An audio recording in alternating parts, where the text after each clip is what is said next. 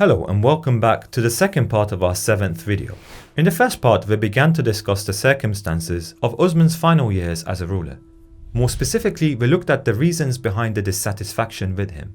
We explained that Uthman's preference towards his kin had provoked the ire of Muhammad's companions, who found Uthman's behavior in contradiction to the values of justice and equality taught to them by their Prophet.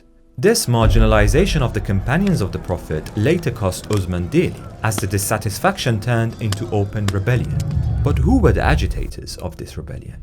If you remember, in our 6th video, we introduced a character called Amr ibn al-As as the conqueror of the province of Egypt, who was also appointed as its governor by the previous Caliph Umar ibn Khattab. Uthman, however, had dismissed Amr at around 645 CE and replaced him with his own half-brother Abdullah ibn Sa'd. This clearly offended Amr as he began to openly criticize and defy Uthman. He first did so by divorcing his wife, who was Uthman's sister. When Uthman confronted him, Amr had exchanged insults with him and then went on to incite other companions such as Al-Zubayr and Talha. He also attempted to stir up trouble amongst the pilgrims in Mecca, accusing Uthman of innovations. Another man even more heavily involved in the rebellion was Talha. Earlier in his reign, Uthman had tried to win Talha's support by bestowing him gifts. But soon Talha turned against him and began criticizing Uthman. Talha had written to the provinces inciting revolt. He then joined and even led the Egyptian rebels during the siege of Uthman's palace. During the siege, Talha tried to prevent delivery of water to the Caliph and is also believed to have been the one giving the orders for the final attack on the palace. Talha was a prominent companion and acted this way as he was confident of succeeding Uthman after him. And he had good reason to be confident.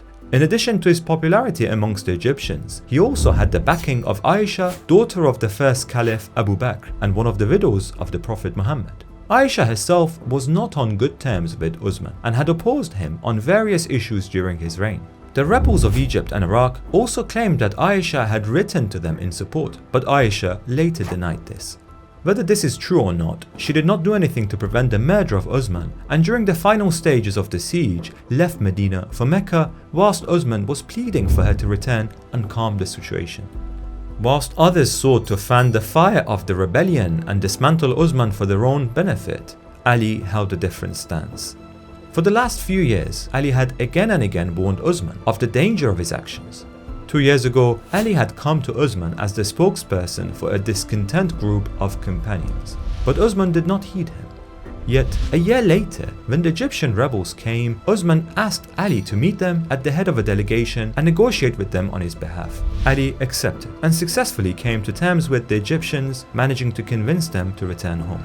Having seen the rebels, Ali found how determined they were and thus again warned Uthman of the seriousness of the situation. He then urged the Caliph to make a public statement of retraction and repentance to show the people of his change of heart. Uthman complied with this and gave a humble and apologetic sermon in the mosque of the Prophet and invited advice from the selected representatives of the people. The speech proved successful in appeasing the masses, who were satisfied with Uthman's invitation for selecting an advisory committee. But immediately after this speech, Uthman was confronted by his cousin Marwan, who admonished him for showing weakness at these dire times. Here, Tabari quotes Marwan to have said to Uthman, "By God, to persist in wrongdoing, for which you can ask God's forgiveness, is preferable to penitence, to which you are compelled by fear." This quote gives us an insight into Marwan's character and how out of touch he was with the teachings of Islam. Nevertheless, he succeeded in persuading the Caliph that his show of humility was a mistake. Uthman then allowed Marwan to insult and threaten the assembled representatives of the people outside his palace.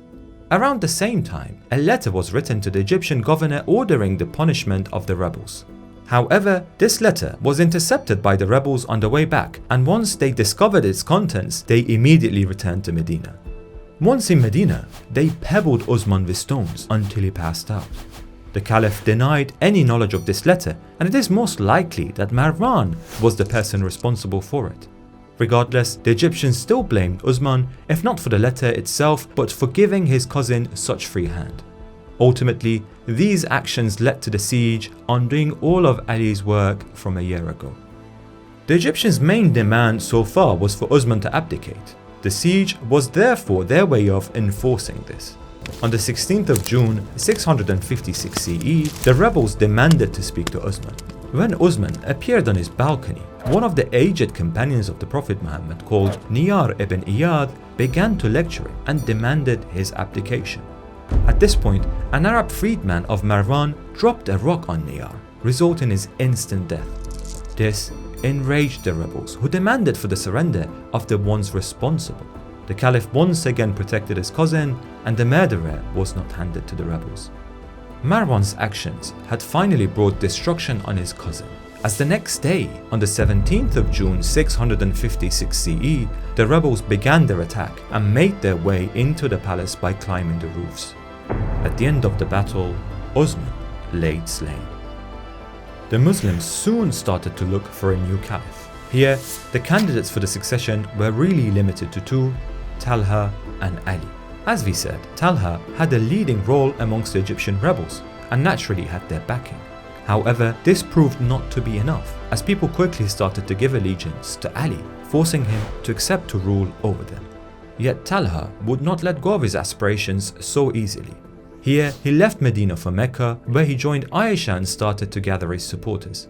Trouble was also brewing in Syria, where Muawiyah refused to give allegiance to Ali.